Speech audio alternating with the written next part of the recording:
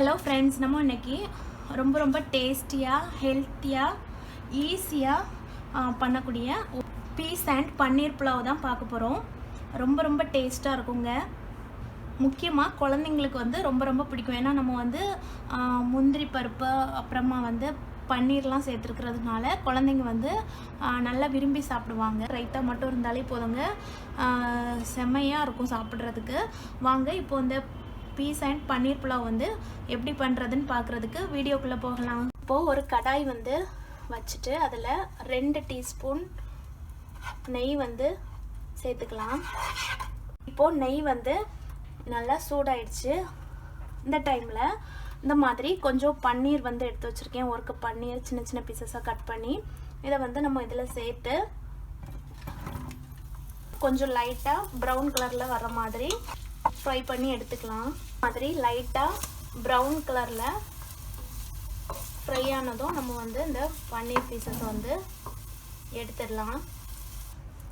இப்போ இதில் ஒரு பீஸ் பட்டை, ஒரு அன்னாசி பூ, ஒரு பிரிஞ்சி இலை, 2 ஏலக்காய், 2 கிராம்பு இதை வந்து போட்டுட்டு ஒரு 4 இருந்து 5 மிளகு இது இவ்வளோ சேர்த்து ஒருக்கா மிக்ஸ் பண்ணி விட்டுக்கலாம். 4 பச்சை மிளகாய் சேர்த்துக்கலாம். சேர்த்துட்டு கொஞ்சமாக இஞ்சி பூண்டு விழுது. இந்த இஞ்சி பூண்டு பேஸ்ட் வந்து நல்லா கொஞ்சம் ஸ்மெல் போகிற வரைக்கும் வதக்குனதுக்கு அப்புறமா நம்ம வந்து ஆனியன் வந்து சேர்த்துக்கலாம். இஞ்சி பூண்டு பேஸ்ட் வதங்கினதுக்கு அப்புறமா 2 பெரிய வெங்காயம் இந்த மாதிரி சின்னதாக கட் பண்ணி வச்சுருக்கேன். இதை வந்து சேர்த்துடலாம். வெங்காயம் சீக்கிரமாக வதங்குறதுக்காக ஒரு 1/2 டீஸ்பூன் உப்பு வந்து சேர்த்து நல்லா ப்ரௌன் ஆகுற வரைக்கும் வெங்காயத்தை வதக்கிக்கலாம். வெங்காயம் இப்போ நல்லா வதங்கிடுச்சு. இப்போ ஒரு 10லேருந்து 15 முந்திரி பருப்பு சேர்த்துக்கலாம்.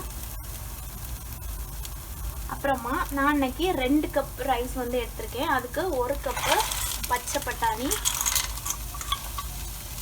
சேர்த்து நல்லா மிக்ஸ் பண்ணி விட்டுடலாம். பச்சை பட்டாணியெல்லாம் சேர்த்து ஒரு 2 நிமிஷம் வதக்குனதுக்கப்புறமா 2 கப்பு ரைஸை நான் நல்லா வாஷ் பண்ணி வச்சுருக்கேன். அதை சேர்த்துடலாம். நான் பொன்னி ரைஸ் எடுத்திருக்கேன். பொன்னி ரைஸும் அதுக்கு வந்து டேஸ்ட் ரொம்ப நல்லாயிருக்கும். நம்ம அரிசியை போட்டு ஒருக்கா மிக்ஸ் பண்ணி விட்டதுக்கப்புறமா கொஞ்சமாக கட் பண்ண மல்லிக்கீரையும் புதினாவும் சேர்த்துக்கலாம்.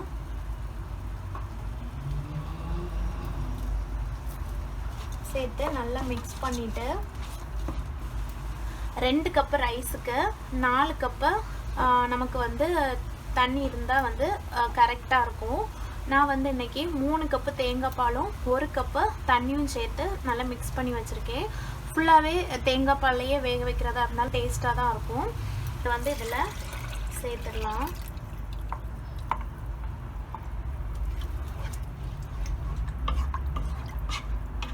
பண்ணி விட்டுட்டு கொதி வந்ததும் நம்ம வந்து சால்ட்டு டேஸ்ட் செக் பண்ணி பார்த்துட்டு தேவைக்கு தகுந்த மாதிரி சால்ட் ஆட் பண்ணிடலாம்.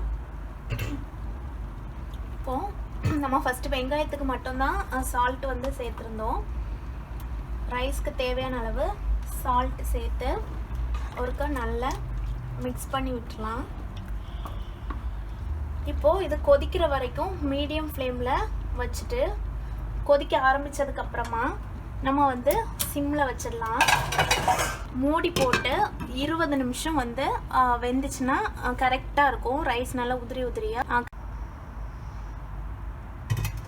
பாருங்கள். ரைஸ் வந்து கரெக்டாக 20 நிமிஷம் ஆகுது.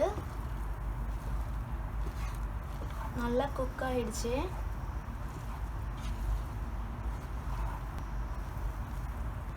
வறுத்து வச்சுருந்தோம்ல பன்னீர், அதை வந்து இதில் இப்போ நம்ம வந்து சேர்த்துக்கலாம். ஃபஸ்ட்டே சேர்த்தா நம்ம வந்து ரொம்ப நேரம் குக் பண்ணுற போது பன்னீர் வந்து நல்லா ஹார்டாக இருக்கும். அதுக்காக தான் லாஸ்ட்டு வந்து சேர்க்குறோம்.